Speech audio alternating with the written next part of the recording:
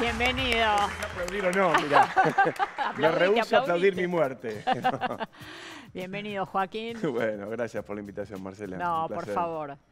Bueno, veíamos Montecristo, Sí.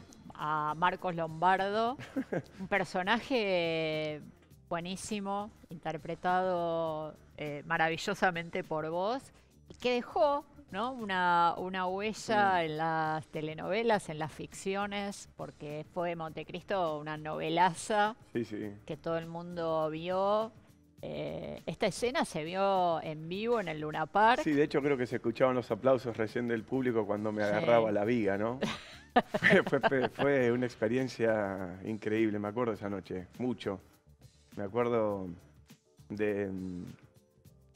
me quedé bastante tiempo detrás de la pantalla porque me parecía fascinante la experiencia que estaba ocurriendo. No podía creer que había tanta gente del otro lado viendo El final de una novela. el final de una novela y nosotros también viéndola ahí. Sí, era un capítulo al último muy inquietante, pasaban muchas cosas, parecía que todo iba a terminar mal, después terminan ellos dos finalmente juntos, no se sabía si ella, el personaje que hacía Paola Krum, estaba viva, entonces Pablo va, pero la respuesta del público Sí. al día de hoy, o sea, Montecristo para mí, de los programas que yo hice, creo que fue el programa que más, o sea, la reacción del público era del punto cuando uno se organiza para comer antes o después de ver el programa. Sí, tal cual. Era ese nivel, creo que también la temática del programa en ese momento de la Argentina, era un momento donde, bueno, a partir del programa sé que las abuelas pudieron recuperar más nietos, a veces cuando se cruza la realidad con la ficción y un programa masivo tiene la posibilidad también de Demostrarlo, mostrar, ¿no? de poner en agenda temas que son temas sociales, ¿no? En este caso era muy... Sí, me acuerdo del personaje de mi papá, de Oscar Ferreiro. Ferreiro, de Roberto Carnaghi. Digamos, mi personaje estaba en esa...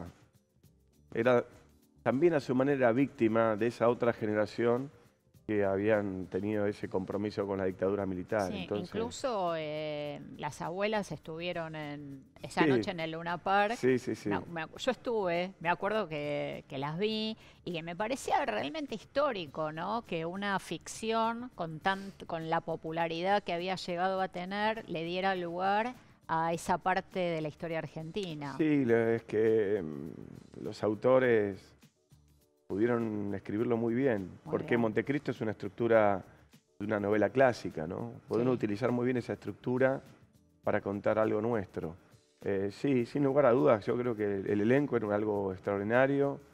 Y me acuerdo que el proyecto, ¿no? Claudio Villarroel, Bernarda Llorente, había mucha felicidad por lo que estaba pasando. Y un canal también al servicio, ¿no? De eso, que sí, se contaba. Sí, bueno, para mí Telefe, digamos, en mis experiencias laborales, Telefe es un canal muy importante. Yo hice varios programas y personajes que para mí fueron muy importantes. Bueno, hiciste Don Juan y su Bella Dama. Don Juan y su Bella Dama después de Montecristo. Después es una novela blanca. Sí, totalmente. Sí, una novela bien blanca a la tarde. A la tarde. Nunca había hecho una novela de ese estilo a la tarde. Después de estar acá a los tiros y como un loco, un personaje muy demandante interpretativamente, me encontré con el personaje de Don Juan que era otra cosa. Lo demandante ahí era estar enamorado durante 13 meses de Romina Gaetani. Con Romina nos miramos y decíamos, ¿cómo se sostiene tanto? El amor de novela 13 meses no existe. No. Es imposible. O sea, ¿cómo sostenés el personaje ahí? No sé. La terminás odiando. Digo, ¿cómo lo sostenés sin aburrirte? Porque lo podés sostener haciendo siempre... Uno dice te amo, podés decirlo siempre de la misma manera. Claro. Te amo por teléfono, te amo acá. Pero bueno, es como... Fue una linda experiencia. ¿Te costó eso? ¿Ser tan romántico? Sí, claro, por supuesto. No tener variantes. No, las íbamos encontrando. Después también cuando ya estábamos muy envolados con Romina, entraban actores o actrices como para que nosotros pudiéramos ir hacia otros lugares, ¿no? Claro. Estuvo bien, estuvo muy bien. En algún momento dijiste, sobre todo después del Patrón, ¿no? De Patrón Radiografía de un Crimen, Mm. la película, que te interesaba que tener personajes o estar en historias que tuvieran algo que ver con lo que estaba pasando, ¿no? Pudiendo ayudar a que se viera parte de una realidad que tal vez no es común verla, no es a simple vista. Eh, ¿Eso te pasó a partir del Patrón? Bueno, en Montecristo un poco Sí. como esa función, ¿no? Social del actor. A veces yo no creo que sea algo, por lo menos yo no lo pienso. Digo, hay actores o actrices que lo piensan así. Yo no lo pienso como algo. De hecho, me parece que hasta ahora lo que me movió es algo más ecléctico, ¿no? Como elecciones muy, muy disímiles. En Montecristo, una novela como Don Juan y su Bella Dama, bueno, Soy Gitano, o las últimas que hice, Señores Papis, Entre De Caníbales. caníbales. En televisión, por ejemplo, no me creí que podía ser galán de telenovela solamente. Pensé que a lo mejor podía probar cómo era.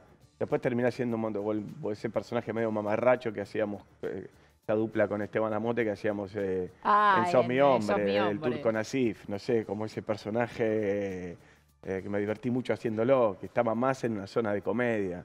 El personaje de Señores Papis también era realmente un personaje muy medio incómodo porque eran todos padres y este tipo era un tipo que lo que menos quería era ser padre, el chiquito que le había caído era una pesadilla y bueno, era como un permiso para sacar todo eso que uno a veces piensa como padre, pero decís, esto no lo puedo manifestar porque es políticamente incorrecto, pero hay veces que decís, te lo diría, Se lo diría. hija mía, lo diría, pero bueno, en este caso con el personaje de Señores Papis lo saqué todo.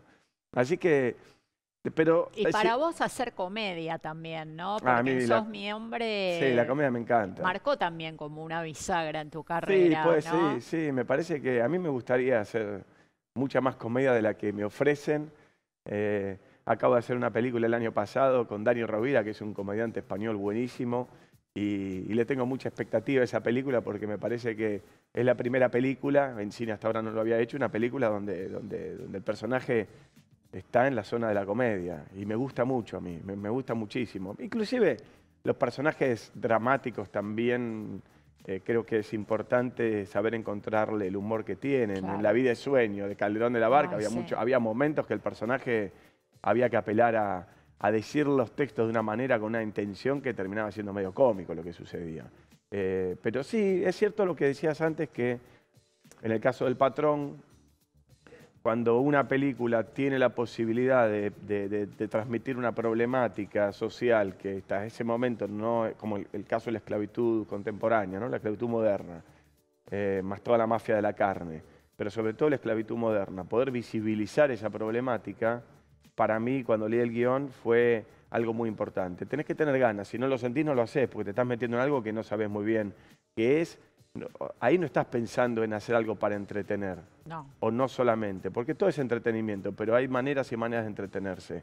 Y en el caso del Patrón, la película en el tiempo, ahora, se transformó para mí en algo que no responde a los cánones de entretenimiento. La película, la otra vez estaba en un supermercado y se me acercó el carnicero, un tucumano, y me contó su historia muy emocionado. Entonces, cuando ocurre eso, es porque pudiste tocar algo que estaba ahí. Yo cuando leí el guión, me conmovió a mí el guión, me conmovió la historia y tenía ganas de formar parte. Ahora, todo lo que pasó con la película después, que la Organización Internacional del Trabajo haya tomado la película para contar la problemática en todo el mundo. Hay escuelas en África donde ven la película para poder hablar de la problemática. Fuiste a Ginebra, ¿no? Con la película. Estuve en Ginebra porque la película la proyectaron en el cine de la ONU. Sí. Con las delegaciones de todo el mundo. Entonces después hablé con las delegaciones de todo el mundo. Pude darme cuenta ahí la complejidad mundial que estamos viviendo en relación al trabajo informal. O sea, porque nosotros en la Argentina, lamentablemente, estamos acostumbrados desde chiquitos. ¿Cuántas veces nosotros vemos en la vida de uno, cuánto te parece normal que la gente trabaje sin facturas, sin ningún tipo de formalidad? Eso tiene que desaparecer como cultura. Culturalmente vos no lo podés permitir. O cuántas veces en la vida de uno ves que existe esta figura del patrón y vos ves que alguien maltrata a otra persona, como si hubiera un sistema de castas. Sí, sí. Establecido, ¿no? Exacto, establecido. Y eso, creo yo, es algo que reconozco que reaccioné muchas veces. No soy una persona en ese sentido indiferente. No, para Nunca nada. lo fui. Vengo de una familia donde mi mamá es una mujer muy activista, con muchas causas. Desde chiquito la marcha del 24 de marzo para mí es como un evento familiar más que nada, porque es una marcha que mi mamá nos llevaba desde adolescentes. Todo lo que está pasando actualmente con el feminismo para mí no es una novedad, porque el feminismo en mi casa era tema Era cotidiano. permanentemente, Ajá. donde cualquiera de nosotros, mi hermano y yo, hacíamos algún comentario machista, bueno, pero no era esto no lo digas y punto, no, era ¿por qué decís eso? Me acuerdo esto de chiquito, pará, qué negro de mierda. No, pará. ¿Qué dijiste eso? Como pensar por qué están instaladas maneras de comunicarnos, que la manera de comunicarnos dice un montón de cosas. Sí. Esto del auto. No la mina esta como maneja. ¿Es una mujer la que está manejando? No lo sabés. Pero digo, hay como, Sí. como instalado, Ante parece la gracioso. duda. Y creo que lo que está pasando, en estos últimos meses sobre todo, está pasando que nosotros, los que venimos de otra generación, nos estamos dando cuenta que el mundo está cambiando. Mi hija ya cambió. Claro. Los compañeros de mi hija ya cambiaron. Cambió. Ya tienen otra manera de relacionarse, otra manera de entender muchísimas cosas, por suerte. En países, cuando vos viajás, y estás en países como Holanda, tuve la posibilidad de estar en varios países de los más, donde hay más libertades y más derechos para las personas que viven en esos países. Bueno, no existe eso de que el hombre es un macho alfa. Por otro lado, realmente para los hombres hay que darle la bienvenida a eso. Es un descanso enorme no tener que estar todo el tiempo. Lo cultural latino es muy pesado. Es como algo que todo el tiempo tenés que... ¿Y cómo te fue? Como esa cosa de... nada, charlamos, pero nada.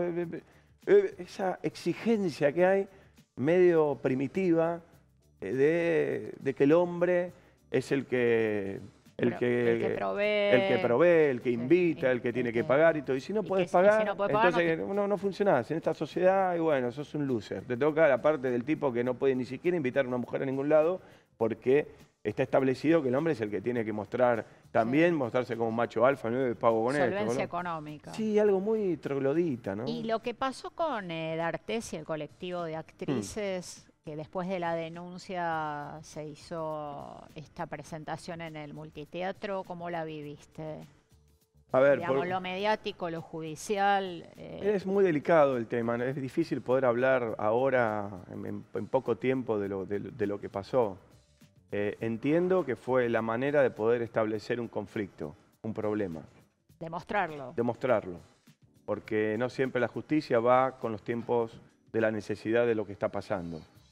Entiendo que hay mucha gente que eso le molestó, entiendo que parecería una frivolidad que los medios de comunicación hayan sido la justicia, pero estamos viviendo en esa época.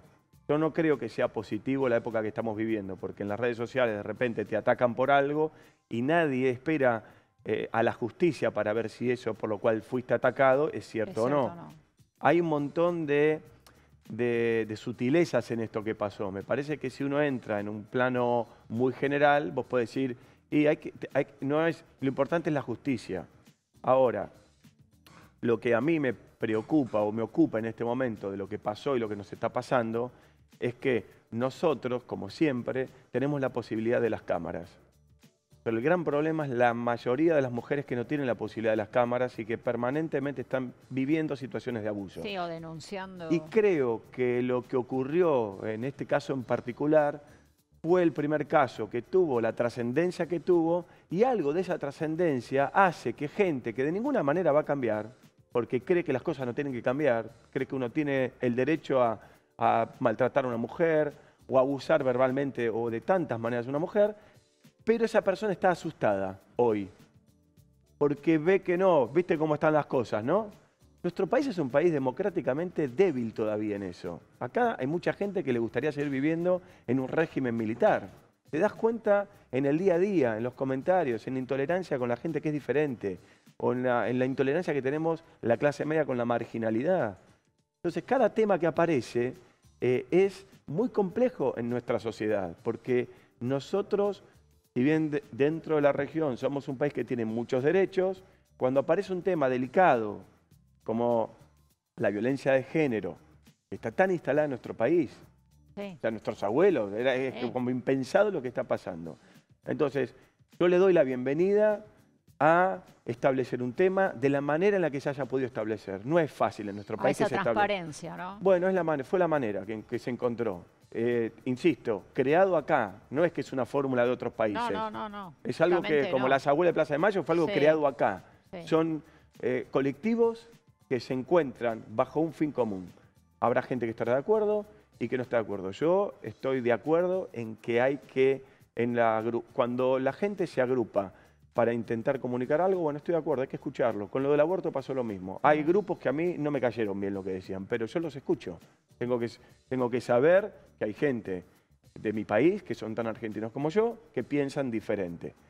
Lo que no me interesó en el caso del aborto es cuando la discusión se pone ridícula. Ridícula es, en una cuestión legislativa o sanitaria no puede haber una discusión religiosa, es ridículo. O sea, esto lo saben los países, las grandes democracias del mundo lo dicen muy claramente. Y si no, Sí. ocurre como en Italia, directamente. Dice, bueno, el Parlamento decide que no puede tocar el tema porque ellos mismos están involucrados religiosamente, se dan cuenta, bueno, en ese caso tuvo que votar la población. Sí, bueno, iglesia separada del Estado, ¿no? Pero eso seguro. Lo que pasa Sí. es que en una democracia laica tiene que ser así. Sí, tiene que ser Y así. te lo digo, yo fui monaguillo, vengo de una familia católica, conozco perfectamente la religión católica, que es la religión mayoritaria en la Argentina. Imaginemos, vamos a poner hipótesis, que la religión mayoritaria en la Argentina, aún siendo laica, sea el hinduismo. Entonces no podemos comer más vaca, muchachos. Se acabó el negocio de la vaca en la Argentina.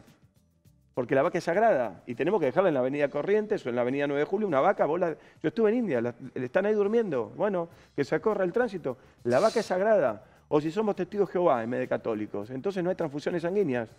No se puede votar la ley de transfusión sanguínea porque somos testigos de Jehová. Sí. No, es un país laico. Lo que pasó, el lobby del Vaticano con un papa de nuestro país, todo lo que pasó me dio mucha tristeza porque me di cuenta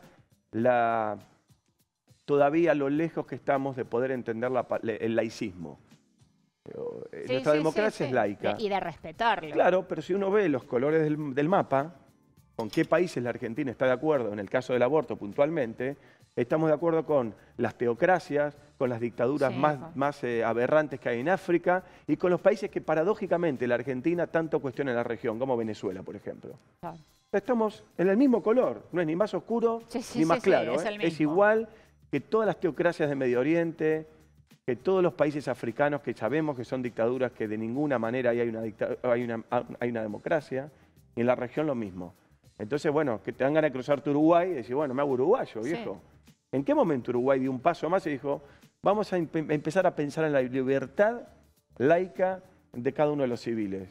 La Argentina estaba dentro de ese pensamiento en algún momento. Bueno, estamos Ya viendo no. la época, bueno, por ahora. Por ¿no? ahora. Antes hablabas de La vida de sueño. Yo contaba que en ese momento, cuando vos hiciste el casting para ese protagónico tan importante, Alfredo Alcón te dijo algo muy interesante, te apoyó en esto y te dijo algo así como: un actor se debe humillar ante determinados personajes y ante determinadas obras. ¿Cómo recordás ese consejo, esas palabras de Alfredo, del que estuviste tan cerca además? Sí, ¿no? es que Alfredo tenía una gran cualidad. Él, primero que no le gustaba ponerse en el lugar de maestro, no sentía que él podía enseñar nada, pero hablando en un café o caminando o entrando al teatro o antes de hacer una función de final de partida, por ejemplo, él deslizaba una palabra o te deslizaba una idea que te quedaba ahí picando y te caían las fichas permanentemente. En relación a los grandes clásicos, estos grandes personajes, que Alfredo los interpretó prácticamente a todos, él colocaba mucho la palabra humillación, porque por más que vos quieras tratar de llegar al estado máximo de sutileza con un personaje de las características, ya sea de Segismundo, vamos a imaginar Hamlet, un personaje que Alfredo lo hizo. ¿Qué vas a hacer ahora? Que Estás ensayando. Estás ensayando. Uno te propones llegar al máximo estado de sutileza para poder, como si fueras un medium, poder, bueno, este gran texto poder acercarlo a la audiencia, al público. Ahora, son textos que te invitan a la humillación, porque es muy raro que te vayas una noche diciendo, hoy 3 dedos la clavé en el ángulo. No, es muy raro. Le puedes pegar con 3 dedos y puedes tener la sensación de que entró, pero son obras tan grandes y personajes con tantos pensamientos y tantos movimientos, y sobre todo lo filosófico, lo que piensan, que hay una zona de uno que por más que te hayas preparado, que estuviste en el conservatorio, desde chiquito soñaste con hacer esos personajes, de repente un día me vi en la Martín Coronado, la sala donde yo vi grandes actores, diciendo que toda la vida es sueño, y los sueños son el monólogo de Segismundo, que vendría a ser como el Hamlet de habla hispana. Me acuerdo la noche del estreno, no entendía nada. Digo, ¿qué pasó? Que el pibito ese de José Maro, la drogué, que jugaba ahí, que soñaba, y de repente hay algo del deseo que se concretó. Y Alfredo en eso estaba permanentemente atento a todo ese recorrido. Muy atento. Era raro verlo a Alfredo antes de una función. Él se sentaba así, ¿no? Entre patas. Se ponía las manos así y se quedaba quieto. Alfredo no era para nada una persona ni solemne, ni un yogi que, uy, no lo interrumpe. No, él se quedaba así, de repente pasabas por al lado, yo le hacía bromas en Reilía, a veces pasaba y decía, ay, comí mucho poroto, no sé, boludo. Yo decía, hay que ser boludo. Entonces, él estaba en todo, pero de todos modos había una parte de él que se estaba preparando para lo que venía. Tenía 80 años, iba a ser Rey Lear, y él se estaba preparando. Escuchaba cómo entraba el público. Entonces él estaba, y verlo a Alfredo en esos momentos medio íntimos a mí me resultaba fascinante, porque empezabas a percibir, es raro también, me imagino que a los deportistas les pasará lo mismo en alguna situación. Yo siempre cuando veo una final del Mundial lo que pienso es la noche anterior de esos jugadores. ¿Cómo pueden dormir? Porque vos no podés dormir. No. Yo este viernes empecé a ensayar, venía bárbaro, dije, qué tranquilo estoy, realmente entiendo el texto, estoy en una muy buena edad para poder intentarlo, hacerlo. El afuera me está diciendo, porque cuando con Rubén Schumacher nos acercamos al Teatro San Martín, Jorge Tellerman y su equipo lo evaluaron todo y lo programaron. Entonces hay algo de afuera que lo ve, pues, el elenco que se armó, que es maravilloso. Sí, es buenísimo. A pesar de todas esas informaciones, hice Segismundo, trabajé en Rey Lear, la última obra de teatro que hice fue Final de Partida de Beckett, una obra muy difícil, me dirigió Alfredo, todo. Aún así, habiendo hecho todo ese recorrido, el jueves a la noche me despertaba todo el tiempo diciendo, no me voy a poder memorizar toda la obra. Me despertaba diciendo, no, ser o no ser, esa es la pregunta. Cuando lo esté por decir, la gente decía, a ver, como dice el boludo, el hit, la gran área del teatro. A cualquier persona no leyó Hamlet, decía, voy a hacer Hamlet, ser o no ser. Y es raro, porque voy a hacer una obra de teatro que el público, aunque no la conozca la obra en su totalidad, mis amigos que no leen teatro, mis amigos del barrio, por ejemplo. Te lo van a estar esperando. ¿Vas a hacer teatro? ¿Qué vas a hacer? Hamlet. ¡Wow, Joaquín! ¿La leyeron? No. ¿Entendés? Sí, está como instalada que... Y hay algo de toda esa cuestión cultural que hay alrededor de estos grandes textos que Alfredo lo tenía muy claro. Porque Alfredo, cuando hacía el monólogo de Rey Lear en el final, era maravilloso verlo. Yo estaba detrás de él está con Cordelia, su hija muerta, y tiene ese gran monólogo de Rey Lear donde se despide y se muere ahí. Y yo tenía el monólogo de Edgar que cierra la obra y no había noche que no hubiese un segundo que pensara, por favor, a lo que sea. Yo encima soy escéptico, porque si creciera en un Dios sería buenísimo. Claro, por favor, Dios, ayúdame. Pero había algo en mí que decía que no haya una sola cáscara de banana, porque después del monólogo de Alfredo Alcón, decir mi monólogo y equivocarme un texto, o decirlo mal, o olvidarme, era mi única... El día del ensayo general no me importaba en ninguna de las otras escenas. Yo lo que decía es, no quiero cagarle la función a Alfredo Alcón de Rey Lear, porque se la cagás. Era mi sensación. Él hizo durante 2 horas, colocó la obra donde la colocó. Alfredo era un actor de una dimensión muy única. Entonces colocaba toda su presencia en el escenario en un lugar que, con pegarle a la pelotita, que pase la red y que le llegue para que él pueda, ya era un montón para mí, para todos. Con Juan Gil Navarro hablábamos para todos, para Carnaghi, para todos, porque Lo que logró Alfredo es algo sublime con nuestra profesión. Sí. Era tal el trabajo, era tan minucioso con el trabajo de la palabra y de una generación virtuosa, porque ellos eran, para ser actor en esa época, tenías que ser un intelectual, porque tenías que entender unos textos que hoy estamos en otra época. Y para mí el objetivo de Hamlet ni siquiera te diría que es, ay, que me salga lindo el monólogo, para nada, es comprobar que la gente que venga a ver Hamlet la va a pasar bomba, que se va a encontrar una obra de teatro que le está hablando de lo que pasa hoy, es de una actualidad, por eso la obra es así. Por eso tiene vigencia. Claro, y Alfredo decía eso con los textos. Cuando viene un gran monólogo, sí, hacelo, dale más importancia a cualquier otro momento de la obra, menos al monólogo. Vos no te pongas, ese es un problema del público, no tuyo. Claro. O aceptar la humillación, eso te da una humildad con el texto que ya te coloca en otro lugar. Me acuerdo en final de partido una noche, yo sentí que hay noches que los actores o actrices dicen el duende, que bajó el duende. Bueno, no sé, a mí no se me viene nunca la imagen de un duende, pero lo que se me viene, la primera vez que yo actué en mi vida, a los 13 años, fue Juegos a la hora de la siesta, Roma Mayo, Ay, qué buena en el obra. Teatro Supercop. Mirá la Argentina de esa época. Sí, un que teatro dentro de un shopping. Claro, había un shopping con teatro, Claro. esa Argentina, ¿no? Sí. Y me acuerdo, a mí lo que me pasa es que se me viene, como fue en verano y hacía muchísimo calor, se me viene, aunque sea invierno, se me viene la sensación del verano. Y esa noche la función había salido muy bien, yo había sentido eso. Y cuando salí, Alfredo me dijo, en tu puta vida hiciste una función como hoy, me dijo. Le digo, ¿qué pasó? Lamentablemente, cuando vuelvas a hacer la función el miércoles, te vas a frustrar. Porque no se puede explicar lo que pasó. Hay veces que pasa. Claro. Y que alguien como Alfredo te diga eso, alguien como Alfredo que a los 83 años seguía teniendo sus nervios antes de salir de escena porque quería ver si podía estar a la altura de una obra tan líquida como él la llamaba. Era difícil de agarrar al final de partida. Y los monólogos de Alfredo yo los veía por un agujerito, porque él estaba siempre sentado en el mismo lugar, el personaje de él no se podía mover, ciego, y lo veía por un agujerito, que de hecho me acuerdo un utilero, un día me dijo, Furriel, sí, mirá, y le había puesto esas cosas que tienen los técnicos del Teatro San Martín. Son técnicos de teatro, que aman el teatro y que quieren que todo salga bien. Había hecho un cuadradito así y le había pegado una tela arriba negra para que no se vea desde el público el cuadradito. Entonces yo simplemente lo que tenía que hacer era agarrar la tela y taparme toda la cabecita y quedarme mirando cómodamente los monólogos de Alfredo.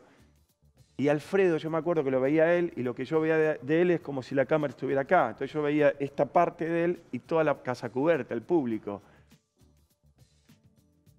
Era como una experiencia religiosa lo que pasaba, porque la cara de la gente, y él hacía algo, era muy virtuoso, no solo con la voz, sino hacía algo con las manos. Era medio como Mickey Mouse, ¿no? En fantasía, como así aparece. Y él hacía algo que de repente en algún texto levantaba la mano, frenaba el texto, hacía la pausa, pero esa mano generaba que el público también, había algo de su cuerpo, cómo él expresaba, cómo él movía las manos, cómo él decía los textos, él todo el tiempo lo que hacía era invitar al público al relato, que es lo más primitivo que tiene nuestra profesión. Así empezó el teatro en Grecia con los ditirambos. Uno se paró adelante y empezó a contar una historia.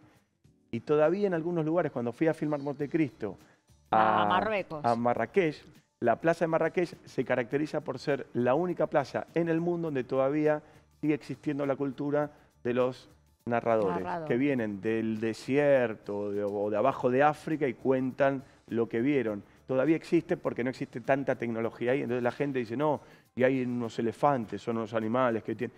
Y vos ves a la gente escuchando y es como cuando le contás cuentos a los niños, ¿no? a tu hija. Sí, algo de eso. Ya estamos cerrando, pero no quiero dejar de mencionar que se viene la segunda parte del Jardín de Bronce, una miniserie buenísima, por lo menos la primera parte fue fabulosa. Los 8 capítulos me los devoré, así se viene esa segunda parte y tenés para estrenar además una película, ¿no? Sí. Se estrena... Además de Hamlet, en el teatro. Hamlet estrenamos el 3 de abril y después la película El Hijo que hicimos con Sebastián Schindel, que es el director del Patrón, Radiografía de un Crimen, se estrena el 11 de abril. Es una película de un cuento de Guillermo Martínez que es extraordinario. El cuento y la película es muy... con Martina Guzmán, Luciano Cáceres. Es muy inquietante lo que pasa en la película. Estoy muy contento con esa peli. Y calculo que para julio, agosto, no se sabe porque eso lo decide HBO, no lo tengo claro todavía. La segunda parte. La segunda parte del Jardín de Bronce, que sí, la primera temporada fue fabuloso. muy buena, funcionó muy bien. Y esta segunda temporada, yo pensaba, ¿cómo van a hacer una segunda temporada? Sí, yo también. Y bueno, no quiero contar por qué, pero... pero el público se va a sorprender con la segunda temporada. A mí me sorprendió muchísimo. Y además te quedas con ganas de ver una miniserie argentina de calidad. Sí, excelente. Lo que tiene la posibilidad de la serie es que la vieron mucho en Europa, países nórdicos y en varios países de nuestra región también. Y no sé, ahora que tengo Instagram, por ejemplo, de repente me escribe en un idioma que no sé qué es, no sé, gente que la ve y bueno, se acerca de esa manera, ¿no? Sí. En 50 países se vendió. Estamos viviendo un momento de mucho cambio y espero que tratemos de sumarnos a ese cambio porque la Argentina, nosotros tenemos todo, la calidad, sobre todo en los policiales, tenemos mucha tradición policial en la literatura históricamente, ¿no? En ese sentido, para mí el Jardín de Bronce nos hace quedar muy bien. Sí, la producción, la calidad, cómo se ve Buenos Aires, los personajes, el elenco. Para mí estoy muy... Es como que de un tiempo a esta parte me empecé a preguntar mucho, bueno, qué era la libertad, ¿no? ¿Cómo me sentía más libre? Para mí la libertad es trabajar con gente con la que deseo trabajar. Eso ya, poder elegir eso para mí es un montón y últimamente me está pasando eso. Y siempre elegís bien. Cuando uno elige de esa manera, no con otros objetivos, no estás eligiendo, esto me va a ir bien, voy a meter un gol con esto, voy a ganar tanta guita, acá con esto. No sé, cuando no entras en ese terreno, entré en otros momentos cuando era más chico, pero desde que dejé de entrar en esos terrenos que son más especulativos y que no tienen que ver con el trabajo nuestro, sino cuando vas por otro lado, cuando ves también actrices y actores o gente, colegas que de acá o de otros lugares, donde sea, pero vos ves que van por otro lado, en el tiempo es un camino más personal, quizás para el éxito, el afuera o lo económico puede que no sea tan rimbombante, pero en lo que tiene que ver con la identidad artística de lo que hacemos, en el tiempo se nota. Y yo ya estoy en una edad que ya en eso ya no me puedo hacer el pendejo. Muchas gracias, Joaquín. Gracias. Mil gracias.